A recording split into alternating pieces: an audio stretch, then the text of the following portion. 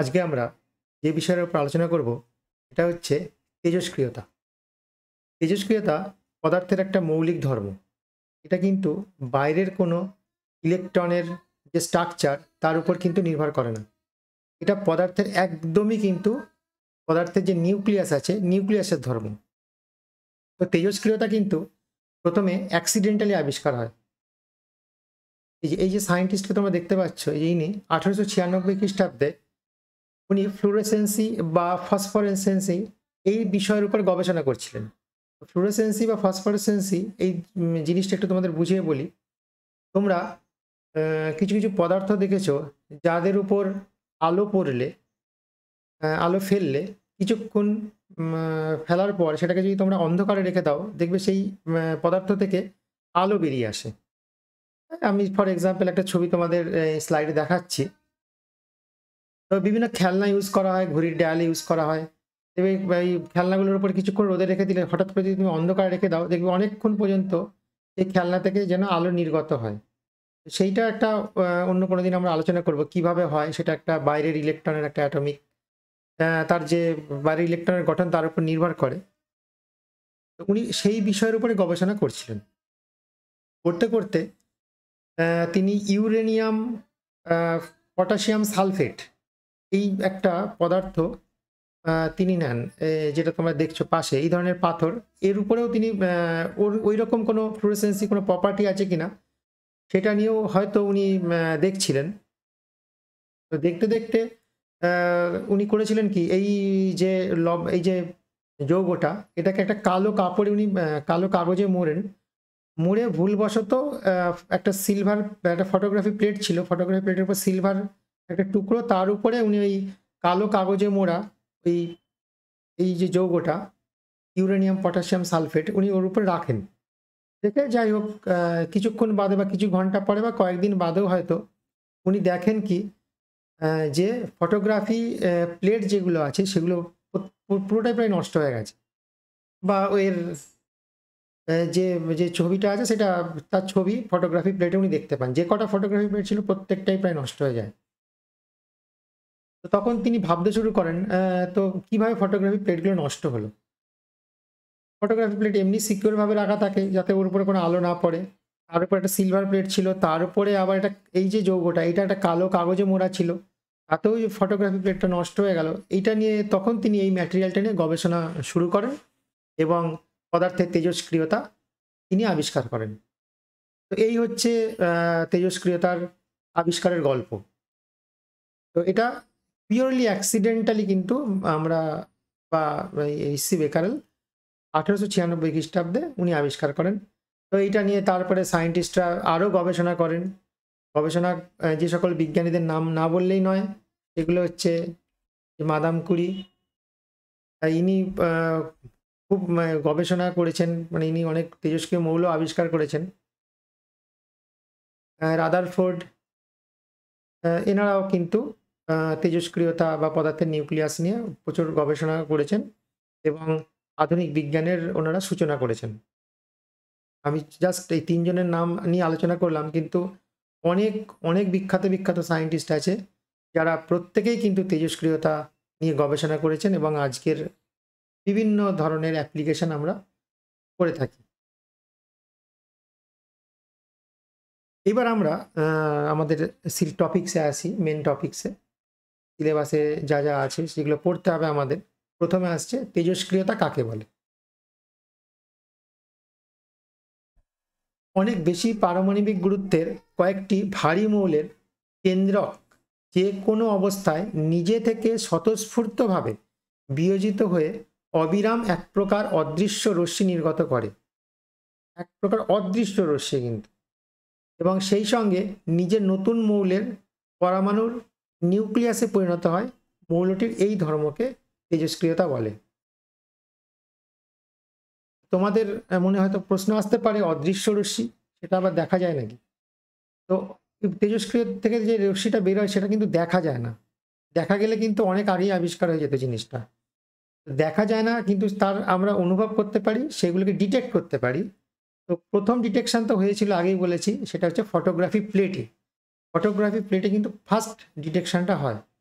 তারপরে বিভিন্ন ধরনের আরো বিভিন্ন ডিটেকশন করা আরো বিভিন্ন ধরনের মানে বিভিন্ন আবিষ্কার হয়েছে, যন্ত্র আবিষ্কার হয়েছে, ক্লাউড চেম্বার এই ধরনের জিনিস, যেগুলো আমরা পরে আলোচনা করব। তো ডিটেকশন কিন্তু হয়েছিল ফটোগ্রাফি প্লেটে, ঠিক আছে। আর একটা হচ্ছে এইগুলো মেনলি প্রকৃতিতে যেগুলো আছে বেশিরভাগই কিন্তু অত্যন্ত ভারী মৌল, তার যার এক্সাম্পল আমি এখনই আলোচনা করছি সেগুলো। তো তেজস্ক্রিয় মৌলসমূহ তার যে উদাহরণগুলো দেখো, যেসব মৌল তেজস্ক্রিয় রশ্মি নির্গত করে তাদের তেজস্ক্রিয় মৌল বলে। যেমন ইউরেনিয়াম, তোমরা পর্যায় সারণী চ্যাপ্টারটা একবার খুলে দেখতে পারো, দেখবে ইউরেনিয়ামের 92 ক্রমাঙ্ক 92, অর্থাৎ অত্যন্ত ভারী মৌল যেগুলো। Uranium, thorium, polonium, radium, radon, actinium, krypton, ঠিক আছে, জেনন। দেখো পরীক্ষায় এগুলো আসতে পারে যে তেজস্ক্রিয় গ্যাসের নাম, এগুলো কিন্তু এই দুটো উদাহরণ তোমাদের দেবে। এই যে ক্রিপ্টন,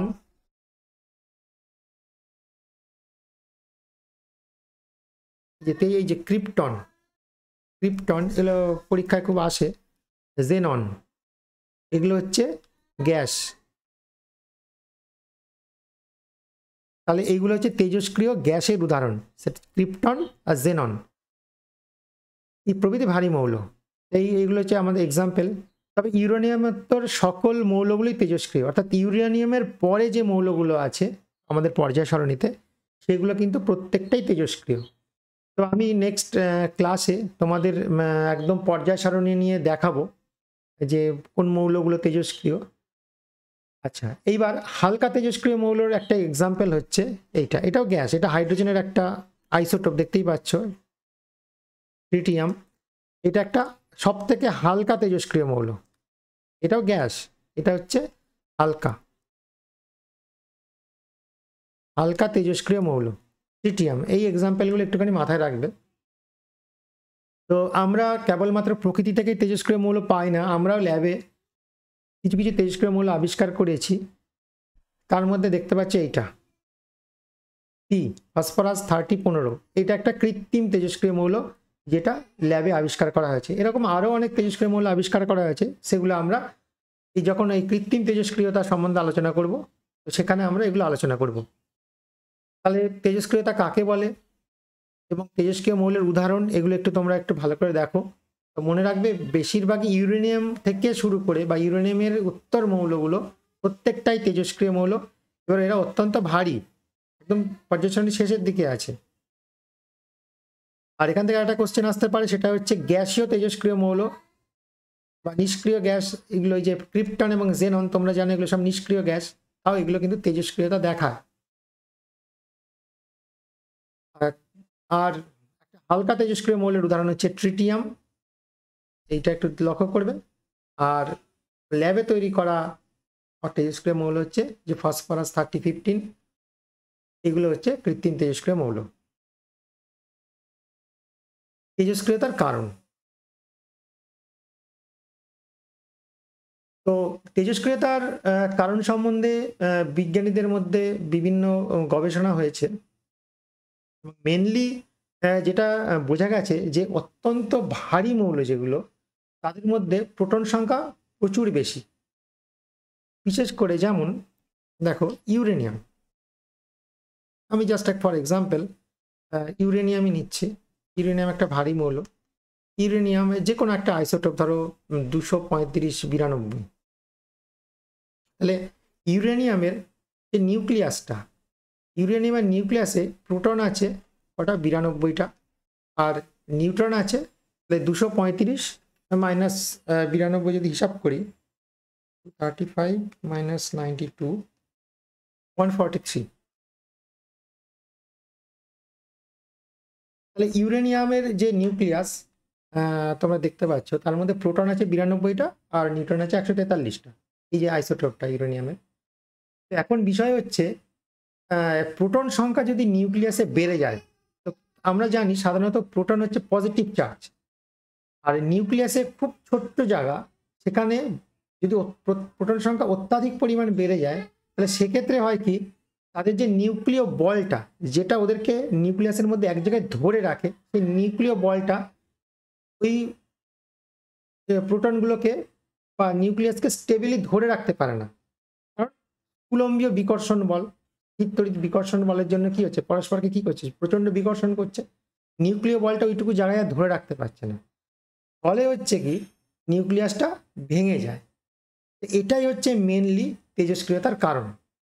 হিসাব করে দেখা গেছে যে নিউট্রন সংখ্যা আর প্রোটন সংখ্যা এর অনুপাত যদি গ্রেটার দ্যান 1.5 বেশি হয়, তো সেক্ষেত্রে পদার্থগুলো তেজস্ক্রিয় ধর্মটা দেখায়। তাহলে তেজস্ক্রিয়তার মেন কারণ হচ্ছে ভারী নিউক্লিয়াস হতে হবে, ভারী নিউক্লিয়াসে প্রোটন সংখ্যা বেশি হতে হবে, আর নিউট্রন সংখ্যা আর প্রোটন সংখ্যার অনুপাত যদি 1.5 বেশি হয়, সেক্ষেত্রে নিউক্লিয় বল কিন্তু নিউক্লিয়াসের স্টেবিলিটি আনতে পারে না, স্থিরতা আনতে পারে না। এর একমাত্র কারণ হচ্ছে এরা পরস্পরকে কি করছে, বিকর্ষণ করছে প্রোটনগুলো পরস্পরকে। তার জন্যই কিন্তু তেজস্ক্রিয়তা সৃষ্টি হচ্ছে, এবং যে নিউক্লিয়াসটা ওটা কিন্তু আনস্টেবল হয়ে যায়, ওটা ভাঙতে থাকে, ভেঙে হালকা কোনো নিউক্লিয়াসে পরিণত হতে থাকে। যতক্ষণ পর্যন্ত এই নিউক্লিয়াসের স্টেবিলিটি আসবে না, ততক্ষণ পর্যন্ত কিন্তু ও ভাঙতে থাকবে, এবং তার সাথে সাথে বিভিন্ন কণা এই নিউক্লিয়াস থেকে বেরিয়ে আসবে। তো এটাই হচ্ছে তেজস্ক্রিয়তার মেন কারণ। এবার তেজস্ক্রিয়তার বৈশিষ্ট্য, এগুলো একটু ভালো করে দেখো। তেজস্ক্রিয়তা একটি নিউক্লিয় ঘটনা, এর সাথে পরমাণু নিউক্লিয়াসের বাইরের ইলেকট্রনের কোনো সম্পর্ক নেই। এটা আমি আগেই বলেছি যে তেজস্ক্রিয়তা কিন্তু পিওরলি একটা নিউক্লিয়াসের ঘটনা, এর সাথে কিন্তু বাইরের কক্ষপথের ইলেকট্রনের কোনো যোগাযোগই নেই। ঠিক আছে, বাহ্যিক চাপ, উষ্ণতা ও রাসায়নিক বিক্রিয়া, তড়িৎ ক্ষেত্র বা চৌম্বক ক্ষেত্র, রাসায়নিক গঠন প্রভৃতি তেজস্ক্রিয়তাকে প্রভাবিত করে না। যেহেতু এটা একটা নিউক্লিয় ঘটনা, তাহলে এইগুলোর বাহ্যিক কোনো প্রভাব একে প্রভাবিত করে না। সেটা গ্যাসীয় অবস্থায় আছে না, সেটা কঠিন অবস্থায় আছে না তরল অবস্থায় আছে, তার সাথে তেজস্ক্রিয়তার কোনো সম্পর্ক নেই। যেসব মৌলের পারমাণবিক গুরুত্ব 206 বেশি, তারা তেজস্ক্রিয়তা প্রদর্শন করে, অর্থাৎ ভারী মৌল। এর ব্যতিক্রমও আছে, আমি এক্সাম্পল তোমাদের দিয়েছি, যেমন ট্রিটিয়াম। তেজস্ক্রিয় বিকিরণে 3 ধরনের রশ্মি থাকে, আলফা, বিটা, গামা। এই সম্বন্ধে আমি একটু বলে রাখি, এই 3টে রশ্মি নিয়ে আমরা বিস্তারিতভাবে আলোচনা করব, এটা আমাদের সিলেবাসেও আছে। তো তেজস্ক্রিয়তা থেকে কেন রশ্মি নির্গত হয়, কারণ তেজস্ক্রিয় যে মৌলগুলো তার যে নিউক্লিয়াসটা যখন ভেঙে যায়, এটা উত্তেজিত অবস্থায় থাকে। তো সেখান থেকে উত্তেজিত অবস্থা থেকে যখন তারা গ্রাউন্ড লেভেলে আসে বা যখন ভাঙে, অর্থাৎ হালকা নিউক্লিয়াসে পরিণত হয়, তখন সেখান থেকে এই কণাগুলো, কিছু কণা যেমন আলফা, বিটা এবং গামা একটা তরঙ্গ, ইলেকট্রোম্যাগনেটিক ওয়েভস, তো এইগুলো একটু বেরিয়ে আসে। এগুলো এনার্জি প্রচণ্ড বেশি, সেগুলো নিয়ে আমি বিস্তারিতভাবে আলোচনা করব। আর তেজস্ক্রিয়তা হলো একটি নিউক্লিয়াসের ভাঙন বা বিঘটন, এর ফলে একটি মৌল সম্পূর্ণ ভিন্ন রাসায়নিক এবং ভৌত ধর্মবিশিষ্ট নতুন মৌলে পরিণত হয়। তো এই পয়েন্টটা খুব ইম্পর্টেন্ট। তেজস্ক্রিয় মৌলগুলো কি হচ্ছে, তার নিউক্লিয়াসটাই ভেঙে যাচ্ছে, নিউক্লিয়াসটা ভেঙে যাওয়ার ফলে তার প্রোটন সংখ্যা, নিউট্রন সংখ্যা সবই চেঞ্জ আসছে। তাহলে আমরা জানি কোনো মৌলর বেসিক প্রপার্টি বা বেসিক ধর্ম নির্ভর করে তার উপস্থিত প্রোটন সংখ্যার উপরে। তাহলে প্রোটন সংখ্যা মাদার নিউক্লিয়াস থেকে ডটার নিউক্লিয়াসে যখন আসছে, তখন যদি চেঞ্জ হয়ে যায়, তাহলে নিউক্লিয়াসটা কি চেঞ্জ হয়ে যাওয়া মানে কি, মৌলটা একটা নতুন মৌলে পরিণত হচ্ছে, যেটা মাদার বা যেখান থেকে তৈরি হচ্ছে তার থেকে কি হয়, পুরোটাই আলাদা হয়। এবার আসি সক্রিয়তা। সক্রিয়তা জিনিসটা কি, কোনো তেজস্ক্রিয় পদার্থের প্রতি সেকেন্ডে যতগুলি নিউক্লিয়াসের বিঘটন হয়, তাকে ওই পদার্থের সক্রিয়তা বলে। সক্রিয়তার একক হচ্ছে বেকারেল, কুরি এবং রাদারফোর্ড। তার ডেফিনেশনগুলো একটু ভালো করে দেখো। বেকারেল কি, সক্রিয়তার এসআই একক হলো বেকারেল। তেজস্ক্রিয় পদার্থের প্রতি সেকেন্ডে, অর্থাৎ 1 সেকেন্ডে একটি নিউক্লিয়াসের বিঘটন হলে তার সক্রিয়তাকে বলা হয় 1 বেকারেল, অর্থাৎ 1 সেকেন্ডে যদি একটা নিউক্লিয়াস ভেঙে যায়। সেকেন্ড হচ্ছে কুরি, তেজস্ক্রিয় পদার্থের প্রতি সেকেন্ডে 3.7 × 10⁻10 সংখ্যক নিউক্লিয়াস বিঘটন হলে সক্রিয়তাকে 1 কুরি বলা হয়। 1 কুরি = 3.7 × 10⁻10 বেকারেল। তো কুরি হচ্ছে একটু বড় একক বেকারেলের থেকে। রাদারফোর্ড, এটাও একটা বড় একক। তেজস্ক্রিয় পদার্থের প্রতি সেকেন্ডে 10⁶ সংখ্যক নিউক্লিয়াস বিঘটন হলে সক্রিয়তাকে 1 রাদারফোর্ড বলা হয়। 1 রাদারফোর্ড মানে হচ্ছে 10⁶ বেকারেল। তাহলে এই ছিল আমাদের ক্লাস। তো তোমরা একটুখানি এই যেগুলো ডেফিনেশনগুলো একটু ভালো করে দেখো। তেজস্ক্রিয়তা কাকে বলে, তেজস্ক্রিয়তার বৈশিষ্ট্য, সক্রিয়তা এবং একক, এগুলো একটু ভালো করে দেখো। তেজস্ক্রিয় পদার্থগুলোর উদাহরণ, আচ্ছা তেজস্ক্রিয়তার কারণ, এগুলো কিন্তু খুব ইম্পর্ট্যান্ট কোশ্চেন। আমি এই কি কি কোশ্চেন এই চ্যাপ্টার থেকে হতে পারে আমি যে ক্লাসটা নিলাম তার একটা লিস্ট আমি ডিসক্রিপশন বক্সে দিয়ে দিচ্ছি, তোমরা ওখান থেকে একটু পেয়ে যাবে। তো আজকের ক্লাস আমাদের শেষ হলো। নেক্সট ক্লাসে আমরা এই যে বৈশিষ্ট্য বলতে গিয়ে যেটা বললাম যে আলফা বিটা গামা এই ধরনের রশ্মিগুলো বেরিয়ে আসে, সেই সম্বন্ধে নেক্সট ক্লাসে আমরা বিস্তারিতভাবে আলোচনা করব।